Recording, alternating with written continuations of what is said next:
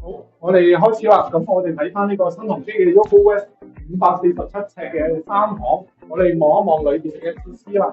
咁大門入嚟咧，呢度有鞋櫃放嘢嘅，有燈掣作用嘅。咁我哋入嚟睇翻呢度嗰個廚房就係啦。咁開放式有齊晒所有設施㗎啦。我哋睇一睇。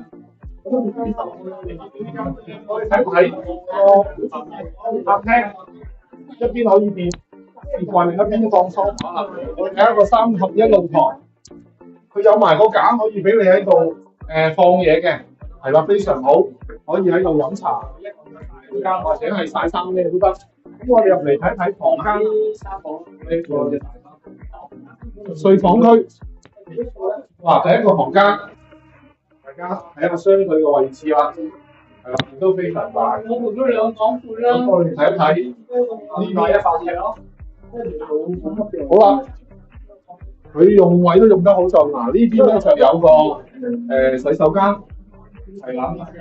咁呢邊主人房係啦，仲有呢度咧就有個企缸，係啦，咁就唔需要話位，咁有2個廁所，一個沖涼缸。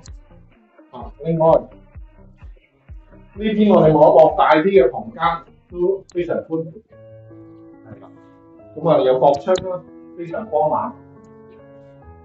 我哋望一望另外呢個尾房啦，尾房亦都係相對空間感十足嘅。咁仲有落地玻璃。好啦，如果要睇樓嘅時候，隨便望我 Michael，多謝你。